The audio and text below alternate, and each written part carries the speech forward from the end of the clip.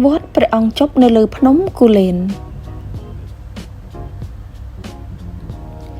វត្តព្រះអង្គជប់គឺជាអតីតរាជធានី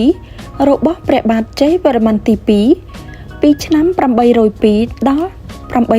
850ជាអតីតរាជធានីមហន្តរបរិព័ទ្ធ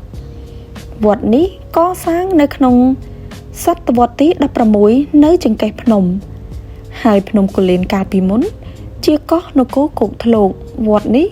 នៅក្នុងព្រៃមានតែតាបោះតែប៉ុណ្ណោះនៅទីនោះគាត់ឡើងដោយថ្មើរជើងហើយតោងវល្លិដើម្បីលីស៊ីម៉ុងធ្វើអាស្រមតាបោះនោះមានឈ្មោះសុកសានគាត់ធ្វើជាអាស្រមនៅតំបន់នោះព្រោះទីនោះគឺជាតំបន់ខ្មែរក្រហមក្រោយមកក៏មានព្រះសង្ឃប្រហែល2អង្គគង់នៅទីនោះហើយតាសុកសានបានចាក់ចេញពីទីនោះចំណែកចៅអធិការវត្តមួយអង្គទៀតដែលគង់នៅឆ្នាំ2013ដែលមកពីវត្តផ្សេងពីឆ្នាំ2013អនុសង្ឃវជ្រៈ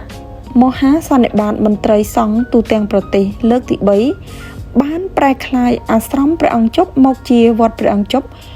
រហូតដល់សប្តាហ៍ថ្ងៃនេះវត្តព្រះអង្គជប់សប្តាហ៍ថ្ងៃចែកជា2ដែលពុទ្ធបរិស័ទរួមនឹងប្រជាពលរដ្ឋគ្រប់គ្នាមិនបានដឹងតាមពិតវត្តព្រះអង្គជប់ចែកចេញជា2ទី1អាស្រមនៅខាងមុខនៃវត្តព្រះអង្គជប់ជាកន្លែងដែលភ្ញៀវទេសចររួមនឹងប្រជាពលរដ្ឋបានយកចង្ហាន់ទៅប្រគេនព្រះសង្ឃនិងបច្ច័យនៅទីនោះដែលទីនោះមានព្រះសង្ឃត្រឹមតែ2អង្គតែប៉ុណ្ណោះទី2វត្តព្រះអង្គជប់នៅខាងក្រោយព្រះវិហារនៃអាស្រមមានព្រះសង្ឃប្រហែលជាង30អង្គនិងដូនជីប្រហែល10នាក់និងអាចារ្យមួយវត្តព្រះអង្គជប់នេះកម្រមានប្រជាពលរដ្ឋយកចង្ហាន់ទៅប្រគេនណាស់មិនថាថ្ងៃបុណ្យធំឬធម្មតាព្រោះប្រជាពលរដ្ឋយកចង្ហាន់មកត្រឹមតែអាស្រមនៅខាងមុខប៉ុណ្ណោះហើយព្រះសង្ឃនៅខាងមុខចែកដាច់ពីគ្នាដូចនេះទាំងបច្ច័យទាំងអស់มันបានផ្គត់ផ្គង់ឲ្យព្រះសង្ឃនិងដូនជីនៅវត្តព្រះអង្គជប់ទេ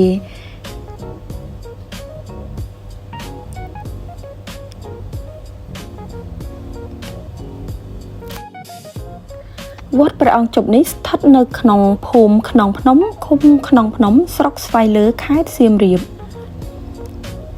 មានប្រជាពលរដ្ឋខ្លះបានដឹងថានៅទីនេះមានអាងហែលទឹកលេងត្រជាក់ស្រេបដូចទឹកអមរិតដែលផុសចេញពីព្រះជប់នៅកន្លែងនេះប្រជាពលរដ្ឋមានជំនឿលើព្រះជប់នេះរួមជាមួយនឹងទឹកដ៏ត្រជាក់នោះបើកាលណាគ្រប់គ្នាបានងូតហើយនឹងជាពីរគាផ្សេង